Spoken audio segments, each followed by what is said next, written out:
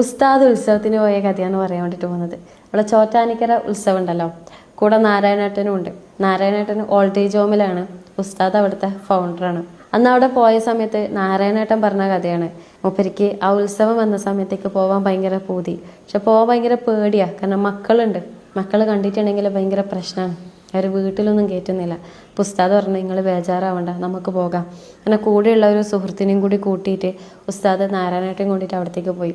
വീട്ടിലേക്ക് കയറണമെന്ന് ചോദിച്ചു. ഏട്ടൻ പറഞ്ഞു, പൂതിയുണ്ട്, പക്ഷെ കയറിയിട്ടുണ്ടെങ്കിൽ ഞാൻ ഉത്സവവും കാണൂല, ചിലപ്പം പുറം ലോകവും കാണൂല എന്നുള്ളത്. അങ്ങനെ വീട്ടിൽ കയറാണ്ട് ഉത്സവത്തിലേക്ക് പോയി. ഉത്സവം കയറി കണ്ട് കുറച്ച് പരിചയക്കാരും പഴയ ചങ്ങായിമാരൊക്കെ കൊണ്ടുപോയി ഒന്നൊന്ന് വർത്താനം പറയുമ്പോഴത്തേക്ക് മക്കളെങ്ങനെയോ അറിഞ്ഞ് അച്ഛൻ വന്നിട്ടുണ്ട് എന്നുള്ളത്.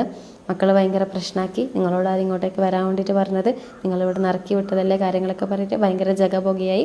അയാൾ അധികം നേരം നിന്നിട്ടില്ല, അയാൾ തിരിച്ച് അതേ ഓൾഡ് ഏജ് ഹോമിലേക്ക് തന്നെ വന്ന്.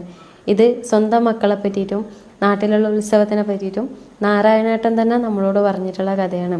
ഇതിൽ മനുഷ്യത്വം എന്ന് പറഞ്ഞിട്ടുള്ളൊരു കാര്യം കൂടി നിൽക്കുന്നതായിട്ടും മനുഷ്യത്വം എന്ന് പറഞ്ഞൊരു കാര്യം ഇല്ലാത്തൊരവസ്ഥയിലുള്ള രണ്ടാൾക്കാരെ നമുക്ക് അവിടെ കാണാൻ വേണ്ടിയിട്ട് പറ്റും. നമ്മൾ പോയ അതേ ദിവസം തന്നെ അമ്മയുടെ 40-ആയതിൻ്റെ പേരിൽ ആ ഓൾഡ് ഏജ് ഹോമിലേക്ക് ഭക്ഷണം കാര്യങ്ങളൊക്കെ വിളമ്പാൻ വേണ്ടിയിട്ട് 4 ഏട്ടന്മാർ വന്നിട്ടുണ്ടായിരുന്നു.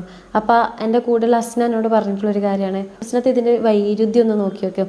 ഒരു ഭാഗത്ത് മക്കളാൽ ഉപേക്ഷിക്കപ്പെട്ടിട്ടുള്ള കുറേ അമ്മമാർ, മറുഭാഗത്ത് അമ്മ നഷ്ടപ്പെട്ടതിൻ്റെ വേദന തീർക്കാൻ വേണ്ടിയിട്ട് അമ്മക്ക് വേണ്ടിയിട്ടുള്ള ഒരു ഇൻറ്റൻഷനിൽ അവിടുത്തെ അമ്മമാർക്ക് ഭക്ഷണം കൊടുക്കുന്ന കുറച്ച് മക്കൾ എന്നുള്ളത്. നമ്മുടെ സൊസൈറ്റീൻ്റെ 2 വ്യത്യസ്തങ്ങളായിട്ടുള്ള മുഖങ്ങളാണ് നമുക്കിവിടെ കാണാൻ വേണ്ടിയിട്ട് പറ്റുന്നത്. നമ്മൾ ഇപ്പോഴും നാളെയൊക്കെ ഏത് മുഖത്തിൻ്റെ റെപ്രസെൻറ്റേറ്റീവായിട്ടാണ് മാറുന്നത് എന്നുള്ളത് ജസ്റ്റ് ഒന്ന് ആലോചിച്ച് നോക്കാം.